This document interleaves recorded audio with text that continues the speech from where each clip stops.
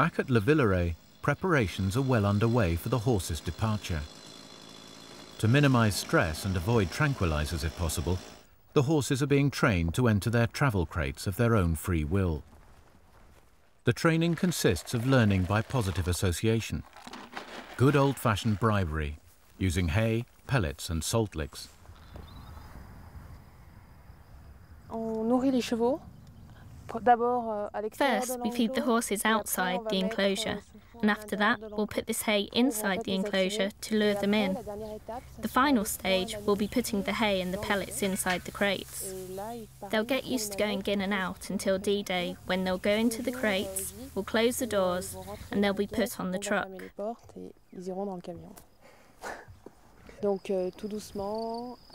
So it's slow. We'll have soft music to calm them down, and we're also going to prepare them for the noise of the plane's engines, so they won't be afraid of anything.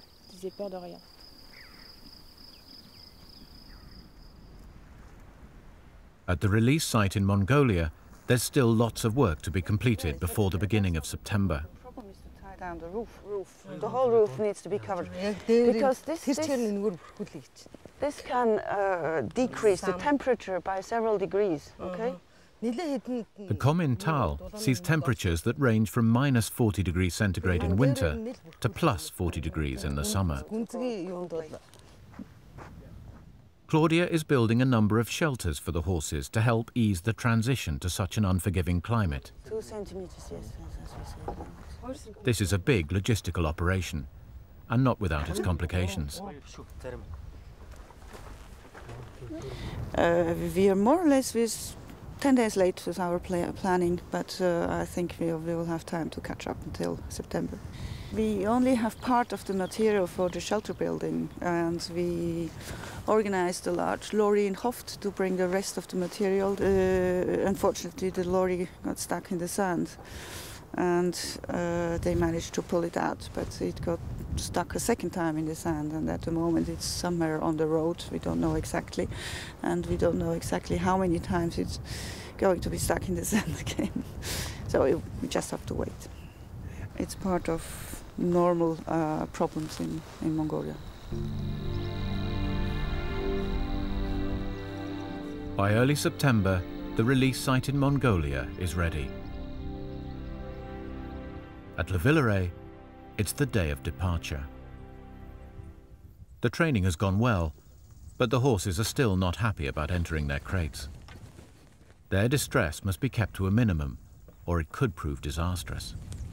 The whole journey is going to last for something like 48 hours, so this is going to be a very stressful event for the horses anyway, so it's very important that they don't panic completely once they're inside the crates, because if they do that, there's a high risk of mortality.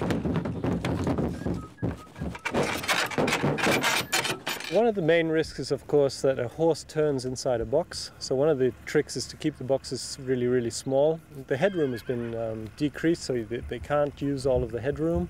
We don't want them to turn around or flip on their back or anything of that sort. And for that reason, we're also using some drugs to keep them nice and smooth, keep them sedated throughout the whole trip. Loading the horses takes several hours, but there are no major problems. Once the gates were closed, they exploded, sure. One of the stallions broke a door, but otherwise, I mean, it went well. As night falls, the crates are lifted onto trucks for the first leg of their journey to Mongolia.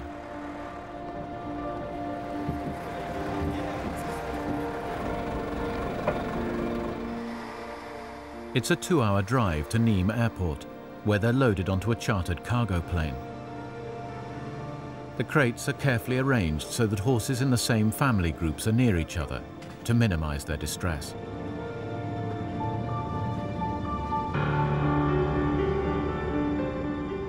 There will be no rest for the team, though. They must provide in-flight entertainment to keep their precious cargo distracted. The horses spent about 45 hours inside the crates.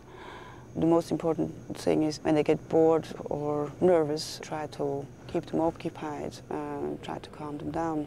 through our voice, or telling them stories, or a little bit of hay, or some water, or a carrot, or an apple.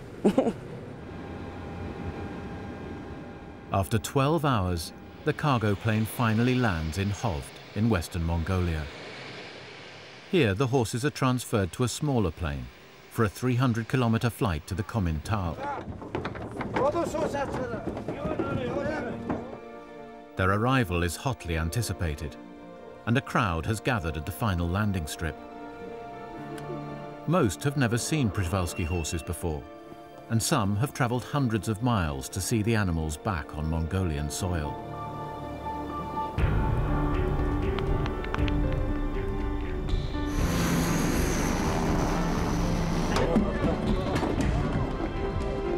There's no shortage of volunteers to help load the crates onto trucks for the final leg of their journey, an hour-long drive to the release site.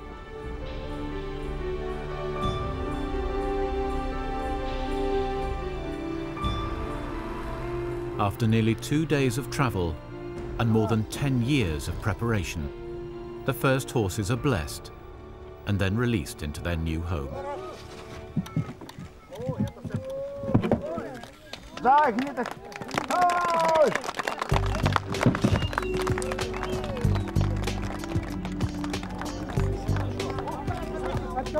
When we release the horses, they look lost, but they started to graze very fast. They know it's grass, so let's try. Otherwise, they're roaming around.